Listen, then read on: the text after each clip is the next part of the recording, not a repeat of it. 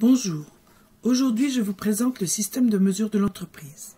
Le système de mesure de l'entreprise est constitué d'indicateurs individuels et du tableau de bord qui regroupe l'ensemble de la situation. L'indicateur, c'est une donnée objective, donc non contestable, qui décrit une situation d'un strict point de vue quantitatif.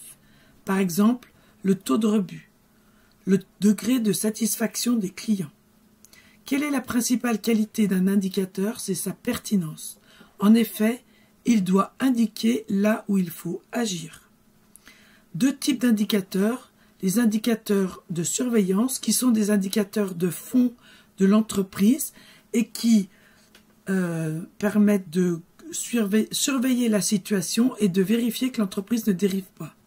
Deuxième type d'indicateur, les indicateurs de performance qui vont plutôt qualifier une situation en cours d'amélioration et s'assurer qu'on atteint bien l'objectif d'amélioration qu'on s'est fixé. Quel est l'intérêt d'un tableau de bord? L'intérêt d'un tableau de bord est de globaliser l'ensemble des mesures de l'entreprise et présenter tout cela dans un document unique qui permet d'avoir une synthèse de la situation et qui permet d'être visuel. Nous attendrons donc d'un tableau de bord qu'il soit visuel et synthétique. Comment construit-on le système de mesure?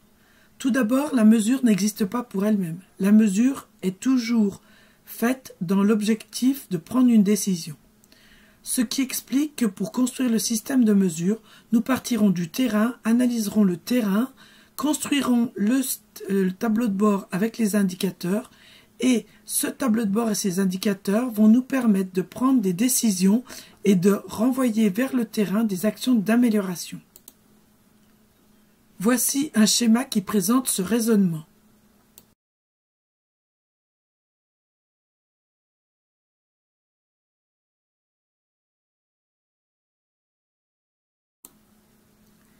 La méthode de construction des indicateurs se déroule en 6 étapes. Tout d'abord, définir l'activité qu'on souhaite mesurer. Ensuite, définir l'objectif sur cette activité. À partir de cet objectif, il faudra trouver les critères qui sont représentatifs de cet objectif. Les critères sont eux-mêmes constitués de paramètres qu'il faudra identifier. Enfin, il faudra combiner ces paramètres pour construire un indicateur viable qui va se rapporter à l'objectif qu'on a décidé d'atteindre pour cette activité.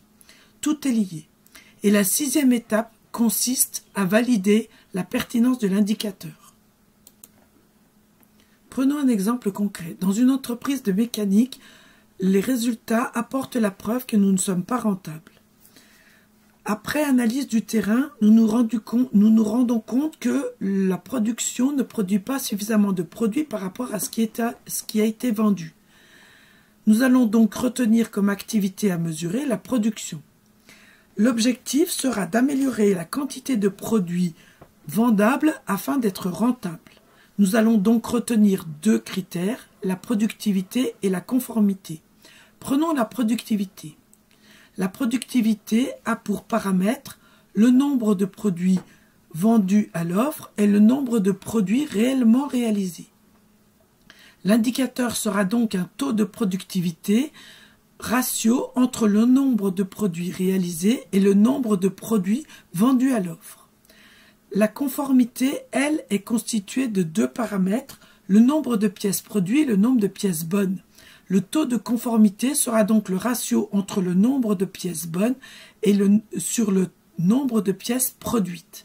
Ces 2 critères vont nous permettre de qualifier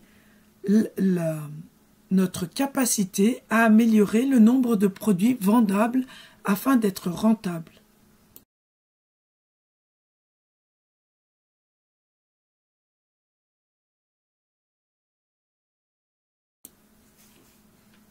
Quelques conseils pour la mise en œuvre des indicateurs. Tout d'abord, testez vos indicateurs lorsque vous les avez construits. Évaluez la faisabilité. Sont-ils faciles à remplir? Sont-ils réellement représentatifs? Il est possible que vous ayez des données présentes dans l'entreprise qui vous permettent de faire un calcul rétroactif.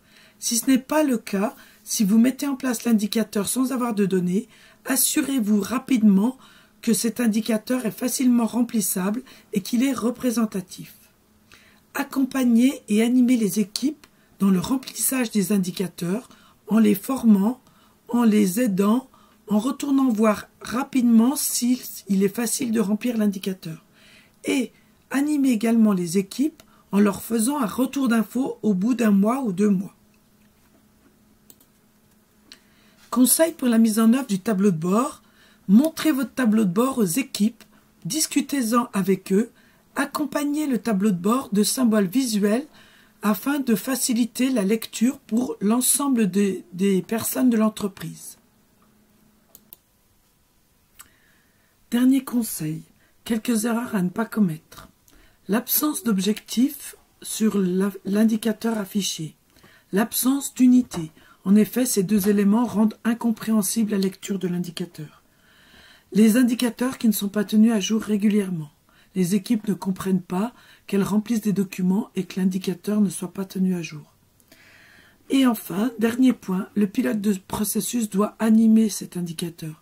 Il doit effectivement présenter les résultats à l'équipe, les commenter et montrer dans quel sens va la situation pour maintenir la motivation de l'équipe. Voilà, j'espère que ces quelques éléments vous auront apporté des informations utiles sur la méthode pour mettre en place les indicateurs et tableaux de bord.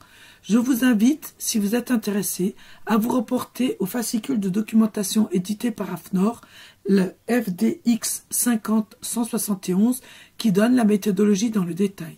Je vous souhaite une bonne journée. Au revoir.